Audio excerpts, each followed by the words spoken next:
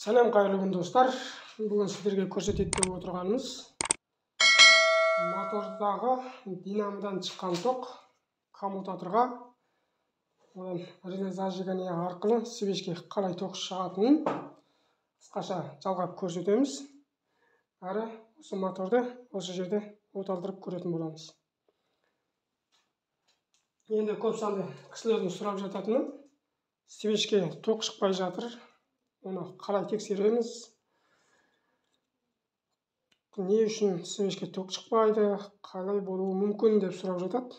Енді ол кісілерге айтарым, бірден осы коммутаторларыңызды тексеріңіздер.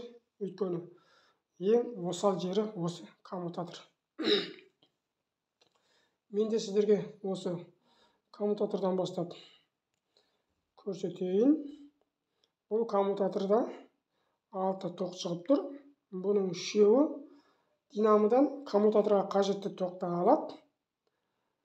Мына үшеуі ақ сызықты қара көк, ақ сызықты жасыл, қызыл сызықты қара. Осы үшеуі коммутаторға қажетті токты алып, моторға қажетті мына жасыл массаны бөліп береді. Алдыңғы видеоларда да айтқанмын. Одан кейін мына сары сызықты қарасын реле зажиганияға жалғанады. Одан ары қарай свечке ток береді. Енді біреуі мына ақ сызықты қарасын, бұл моторды өшіріп сөндіруге арналған. Енді сіздерге түсінікті болу үшін мен мына динамода көрсете кетейін. Бұл 5 токтық динамо. Жаңағы моторға, коммутаторға қажетті 3 ток. Бұның екеуі ақ сызықты қара көк пен жасыл. Мына кішкентай зажиганиядан шығады. Кішкентай зажиганиядан шығады. Ал мына қызыл сызықты қарасын мына бір бөліктен шығып тұр. Енді қалған осы 7-еуі мына сары мен қызыл сарыға ток бөліп береді. Бұл мотоциклдің өн бойындағы, яғни рамадағы негізгі токты беріп тұрған осы екеуі релеге барады. Сол реледен бөлініп аккумуляторыңызға және парыңызға осы екеуі ток беріп тұрады. Енді мен сіздерге мынаны қысқаша жалғап көрсетейін. Мынауымыз жаңағы динамодан шыққан ток. Мына жаңағы ақ сызығы бар қара токсымыз. Мынау ақ сызығы бар қара көк токсымыз.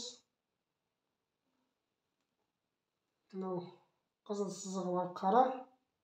Бер жақ шетінде тұр, соған жалғайық. Енді қалған мына сары сызықты қарасын бұл реле зажиганияға жалғанады. Енді мына масса, бұл масса зажиганияға жалғанбаса, бұл свечке ток бермейді. Бұл негізгі рамаға жалғанады. Әрі мына жердегі коммутаторға да айырым бөлек біреуін әкеп жалғаған дұрыс.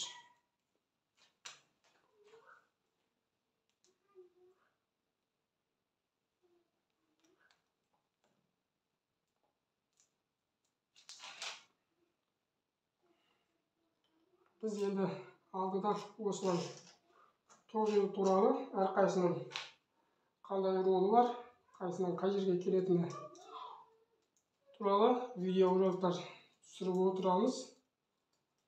Егер сіздердің қандай да бір білмей жатқан жерлеріңіз болса, комментарийға өтіп сұрауларыңызға болады. Ол үшін міндетті түрде каналға тіркеліп кетіңіздер. Егер қажеттеріңізге жарап жатса, бірден тауып алуға ыңғайлы, егер каналға тіркеліп қойған жағдайда. Әрі біздің осы салған видеоларымызды уақытында көре алатын боласыздар. Енді карбюраторымызға бензинімізді құйып, моторымызды сынап көрейік. Мына мотордағы свечке дейінгі негізгі ток жолымыз осы.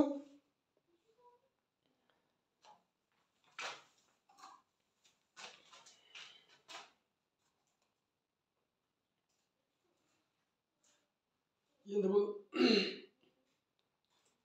Қытай мотоциклдердің ең бір осал жері шаң тозаңға, қандай да бір дүниеге қатты осал.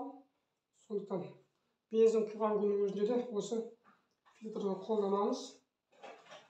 Сіздерде де бактан карбюраторға баратын жерге міндетті түрде осы секілді фильтрді қойып алғандарыңыз дұрыс.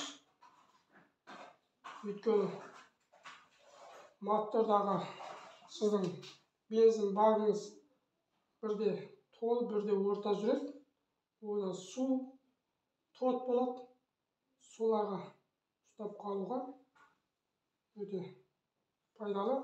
Енді бактың ішінде де фильтр болады. Десе де бұл фильтр ешқандай артық қылмайды.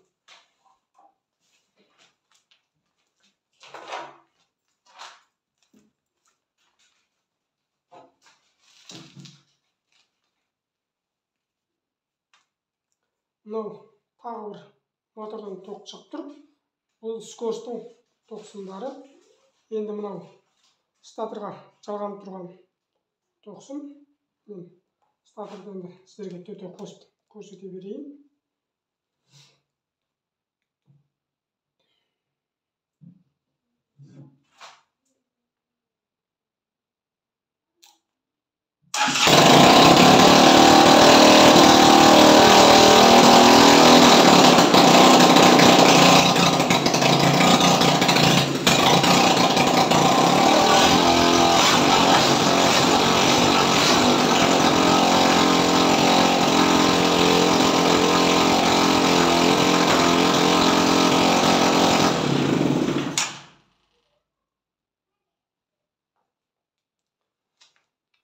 Жақсы достар, келесі видеода кездескенше сау, саламат болыңыздар.